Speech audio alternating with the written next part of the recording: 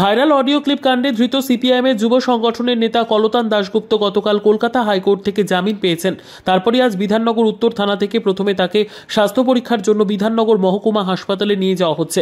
বিধাননগর কোর্টে তোলা হলে সেখান থেকেও তার জামিন হয়ে যায়। বিধাননগর কোর্টের বাইরে প্রচুর সিপিআইএমের যুবকর্মী সমর্থকদের উল্লাস।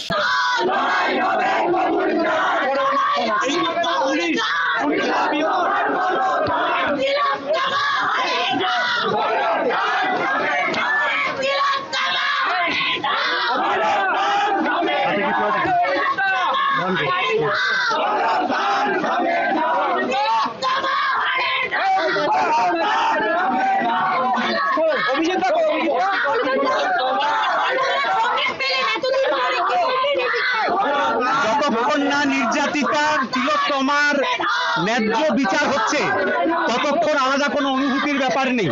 এই লড়াই চলবে এবং তিলোত্তমার বিচার যতদিন সুষ্ঠু বিচার হলে তবে একটা অন্যরকম ভালো অনুভূতি হবে, তার আগে নয়।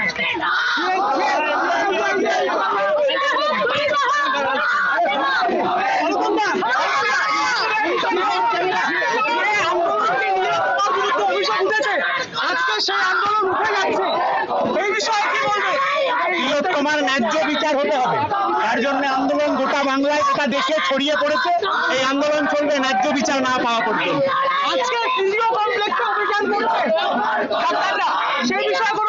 ডাক্তারদের লড়াইকে কুর্নিশ জানাই।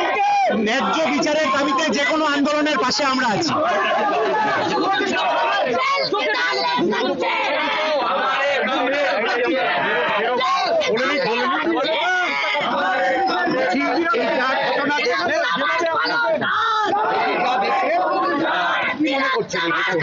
এটা একটা ষড়যন্ত্র, সে তো স্পষ্টই বোঝা যাচ্ছে।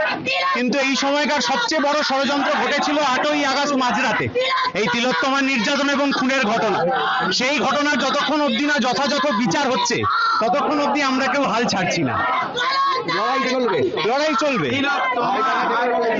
ময়দানে নেমেই লড়াই, একদম রাস্তা থেকে পিছিয়ে আসার কোনো প্রশ্ন নেই। যত আক্রমণ তত রাস্তায় নেমে লড়াই করা, ভয়ের প্রশ্ন নেই। বরং এই ঘটনা আমাদের জীবনে আরো নতুন সাহস তৈরি করে দিয়েছে যে স্বৈরাচার যখন আমাদের বিরুদ্ধে লড়াইতে নেমেছে তখন আমরা ঠিক রাস্তায় আছি।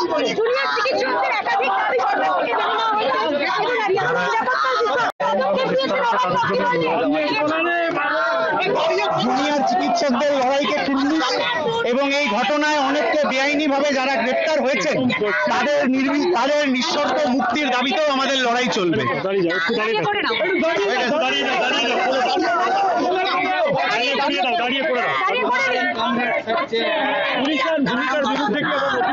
পুলিশের ভূমিকা তো প্রথম দিন থেকেই যথেষ্ট সন্দেহের মুখে।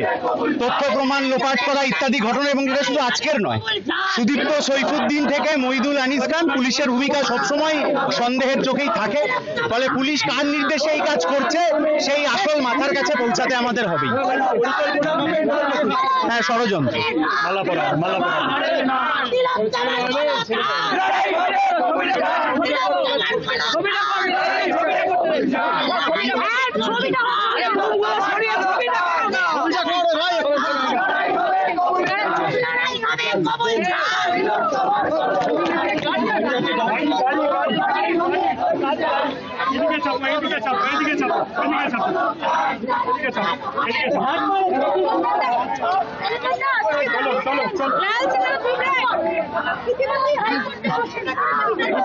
গাড়ি আছে দেখো।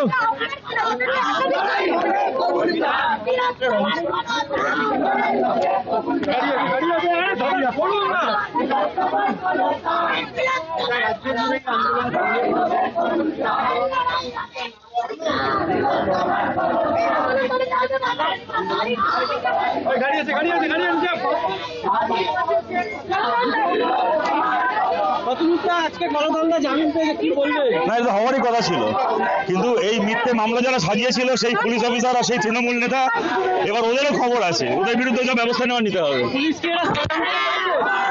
এটা দেখাই যাচ্ছে, তৃণমূল প্রেস কনফারেন্স করছে আর পুলিশ গ্রেপ্তার করছে, তৃণমূল ঘোষণা করছে